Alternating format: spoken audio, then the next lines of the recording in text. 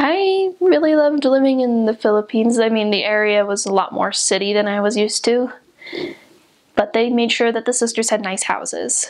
You had a toilet with a seat on it. Most houses in the Philippines don't have that. Be prepared. So bring alcohol with you everywhere.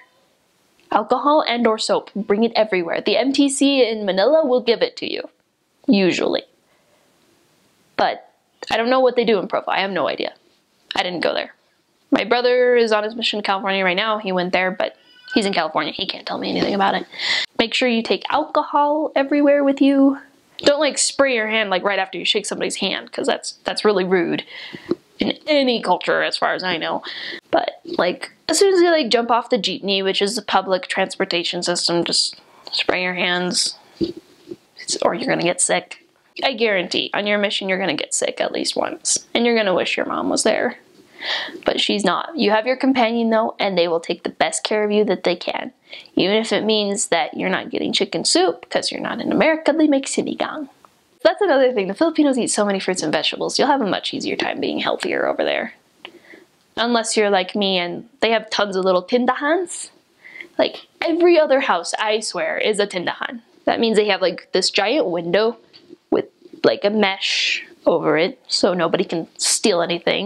And it's just a little store of little snacks. Filipinos love snacks. And they'll have like 1 peso snacks, and just so you know, right now 10 pesos is about a quarter. And they have snacks that you can get for 1 peso. Like, don't expect a giant bag for 1 peso, but like little baggies that little kids can get. They get them all the time. And you're going to see little kids smoking, and it's going to break your heart because nobody cares.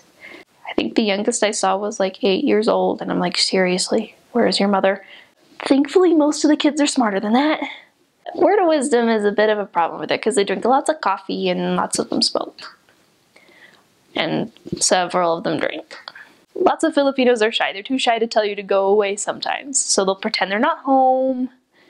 That's usually what they're not trying to be rude. They're just like, oh, they're gonna ask me to change my life and I can't do that right now. But I can't tell them to go away. I'm going to just hide.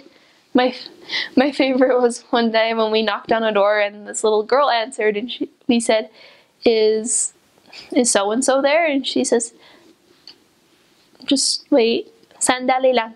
She goes to the back. And then she runs back up and goes, shh, daw. She said shush. That's a common thing is, tulog daw. She said she's asleep. Wala daw. She's not here, she says. I love little kids. They're so honest. You're like, I know they're home. I know they're lying. You know where liars go. But the little kids, they're always so happy to see Americans. I loved the little kids in the Philippines. I always felt the spirit around them because, I mean, they're so pure and innocent. And to them, missionaries are just missionaries no matter what religion you're from. They don't know if you're a nun or a Jehovah's Witness missionary, and they don't really care. They just love you because they know you're talking about Jesus, and they know that Jesus is important. They call him Papa Jesus. If you show them pictures, they go, Papa Jesus! It's adorable. And I was a bit odd. I went to my first area, and my first area was also my very last area. No changes at all. It was weird. But I got to see the recent convert families I saw baptized, and it was cool. And all the little kids there, like every day, I don't know if they thought it was a good luck charm or if they're just being nice, but every day they'd run up and hug me and shake my hand because they saw that missionaries from the Mormons shook hands. So they did that because they thought that was an American thing. So they'd shake your hand, they'd hug you because they're little kids and you're teaching about Jesus, and then they'd bless. And if you don't know what blessing is, that's when they take your hand and put it on their forehead like that. And it's something that you do to people older than you or people that you respect. Sort of means like, I wish to gain knowledge from you. And just a quick tip, if you want to be polite, always do that to people who are obviously older than you. Like people with white or gray hair, you take their hand, you bless. And like even if you're in the city and people don't do it very much, they'll love you for that. They'll think you're very polite, and you want to be polite because you're a missionary. Like you'll start learning the patterns from people who actually speak it, and they don't use po very much. Po doesn't mean anything by itself. It just, you put it in the sentence in the right places and it means like a term of respect. And you always use it with the elderly people. You've got to, like I said, you've got to be polite. You'll say po to everybody when you first get out, but you'll start adapting the language of other people, start using slang and stuff. Don't use too much slang, that makes you look silly. But use po. Remember to use po. Most people there, like every once in a while you'll have somebody who was born and raised in Manila, but their parents usually aren't. Everybody's from somewhere else, or their parents. And less often their grandparents. They're all from somewhere else. Like, we get people, like that was one excuse that we heard, was that they don't speak Tagalog, like Ilo-Ilo lang, or Ilonggo lang. That only happened once or twice, but the elderly people are like, I can see a way to get out of this. You can totally tell it by the look in their face. They're thinking, I'm gonna get out of this. Not, I don't speak it, just. And that's kind of amusing, but what can you do? That's one of the problems with being a missionary. Everywhere you go, there are people that want to see you and people that don't. There are people that are going to yell at you because they think you're delivered from Satan, and there are people who are going to think that you're an angel clothed in white came down just to rescue them. That's how it is in every mission. The Filipinos, you're going to see it probably a little more often because the people who are really strong about their religion and anti-Mormon are a little less shy, and the people who think that you are an angel will feed you all the time, especially the members. And warning, if there's somebody you know and they're having a birthday party, do not stop to say hi. Especially if you just ate. Do not. Just keep running. Because if they see you and it's somebody you know and they're having a birthday party, sometimes you don't even have to know them. You walk by a birthday party and they're going to invite you in and make you eat food. And they won't let you eat just one plate either. It's just like, take seconds. It's like, gusto mo? Like, do you want some more? And you're like, ice lang. And you're like, talaga? Pero konti lang ng kain mo. Kailangan mas ng kain. You need more food. You haven't eaten enough. Eat more food. So they give you this giant plate just full of rice and vegetables and meat. And you're like, oh my gosh, I'm going to explode. Especially Christmas time. We had 3 dinner appointments actually scheduled and 2 more that actually happened despite the fact that we didn't schedule them. Christmas was, oh my word, Christmas. They love Christmas. Like, you've heard of I don't know if you've heard of it, but they call it the berry months from September to December. They're looking forward to Christmas. Some areas celebrate it a little more. I'm sure in the more country areas they get more excited. But in the city, you'll start seeing Christmas decorations around October. And on Christmas and New Year's Day, those are the 2 holidays where they're going to feed you a ton.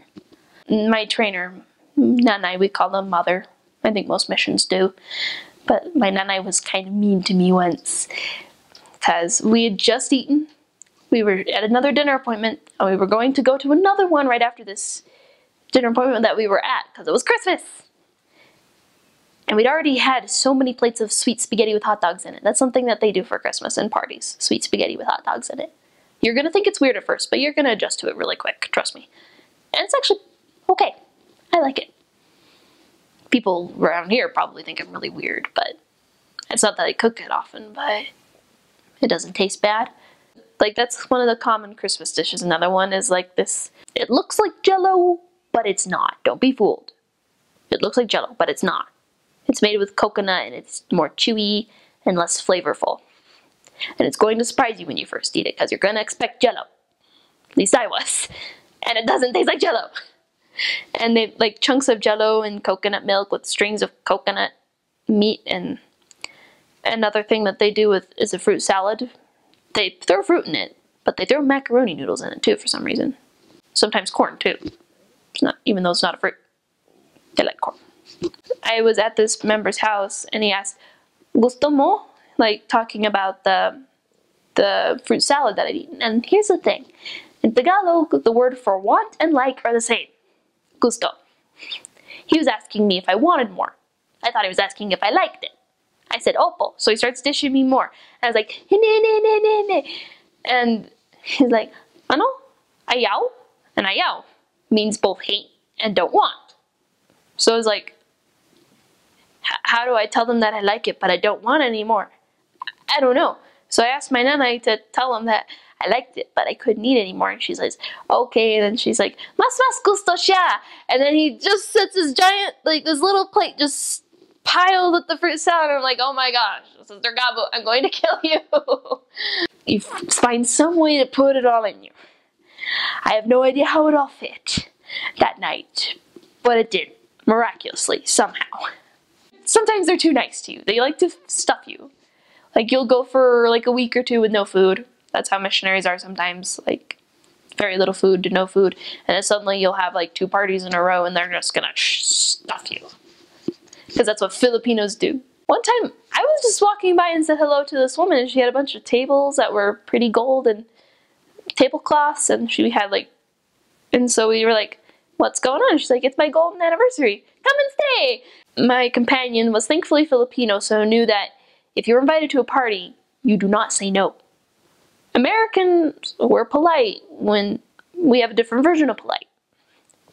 If you get an invitation to a party from somebody that you do not know, it's politer to say no. But thank you. In the Philippines, you just say yes, okay? They're going to be offended if you say no. You just say yes. Even if they don't know you. They're going to, sometimes if you walk by a party, they're going to invite you in anyway. And so, most awkward time, surrounded by people I didn't know, who weren't really interested in listening to a missionary, no matter, I did try. I promise, I tried. And eating food and being surrounded by people you don't know that don't want to listen to you. It's really kind of awkward. But it's okay.